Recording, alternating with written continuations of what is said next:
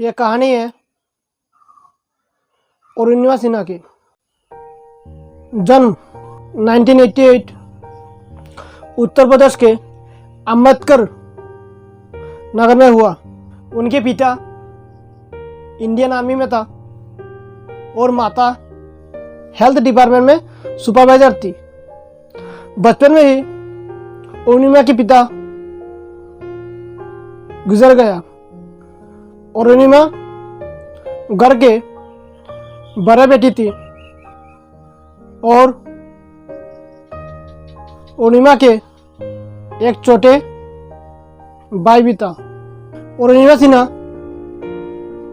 बचपन से ही फुटबॉल खेलना पसंद करता था और वॉलीबॉल में नेशनल प्लेयर भी है।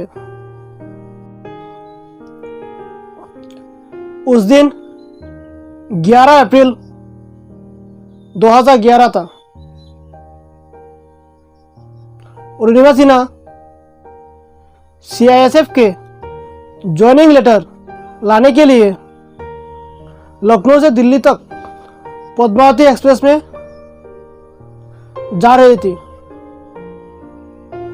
लेकिन अचानक और रात के 2 बजे ट्रेन में कुछ चोर घुस आए थे और लोगों से चेन और बैग, पैसा, सामान सब कुछ लूट रहा था।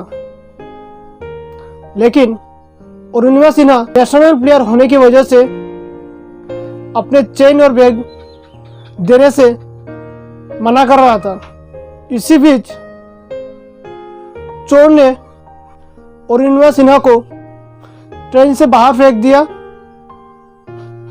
और दूसरे पटरी पर ट्रेन आ रहा था। अरुणिमा के बाएं पैर के ऊपर से ट्रेन गुजर गया। इसकी वजह से अरुणिमा सिन्हा की बाएं पैर काट गया, लेकिन अरुणिमा सिन्हा पटरी से उठने की कोशिश कर रहा था और दर्द से चिल्लाता रहा, चीखता रहा। पूरी रात ऐसे निकल गया। सुबह होते होते गांव वालों ने अरुणिमा सिन्हा को उत्तर प्रदेश के बरेली हॉस्पिटल में भर्ती करवाया। अरुणिमा सिन्हा की तबीयत ज्यादा ही खराब होने के कारण डॉक्टर ने दिल्ली की एम्स हॉस्पिटल में रेफर दे दिया था और डॉक्टर ने लेफ्ट पैर को काटकर आर्टिफिशियल पैर लगा दिया। इसी तरह 4 महीने ट्रीटमेंट हुए। इसी बीच न्यूज़पेपर में हेडलाइन दिया कि अरुणिमा सिन्हा के पास टिकट ना होने के कारण टीटी आने के डर से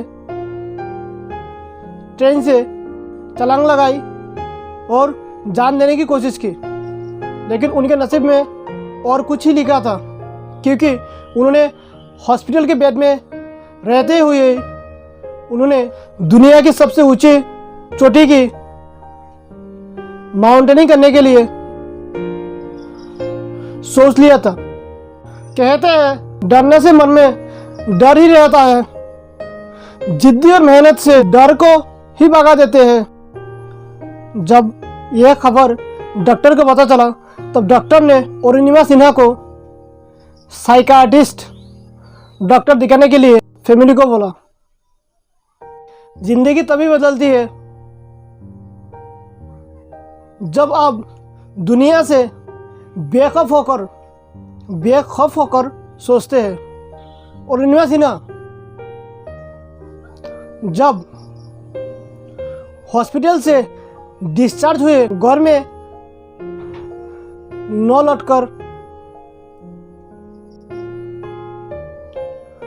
उन्होंने बचेंद्री मैम के पास चला गया, क्योंकि बचेंद्री पाल मैम माउंटेनिंग करने वाले लोगों को ट्रेनिंग देते हैं।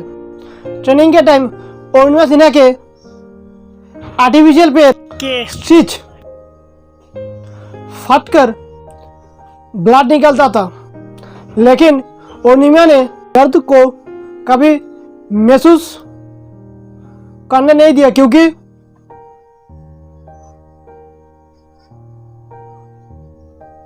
आर्टिफिशियल पैर में हाथ रखकर ट्रेनिंग करता था। इसी तरह 8 महीने में जाकर कंप्लीट हुए। वर्ष पर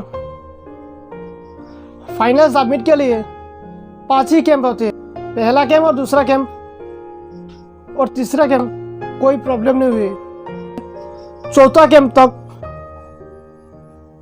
उसी को डेथ जोन कहते हैं, क्योंकि कई सारे माउंटेनर चौथा कैंप से रिटर्न हो जाता है। चौथा कैंप से अपने फाइनल सबमिट के लिए निकलने ही वाला थे, शेरपा ने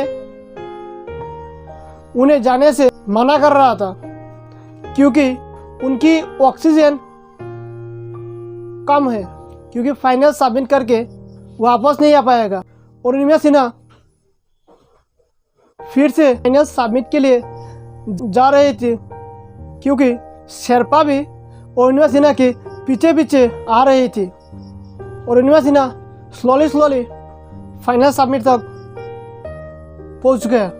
सबमिट तो हो गया, लेकिन आने के लिए तो ऑक्सीजन नहीं है, इसलिए उन्होंने शेरपा को जाने के लिए बोल दिया। लेकिन उनकी किस्मत तो देखो, शेरपा को एक ब्रिटिश क्लाइंबर ने अपने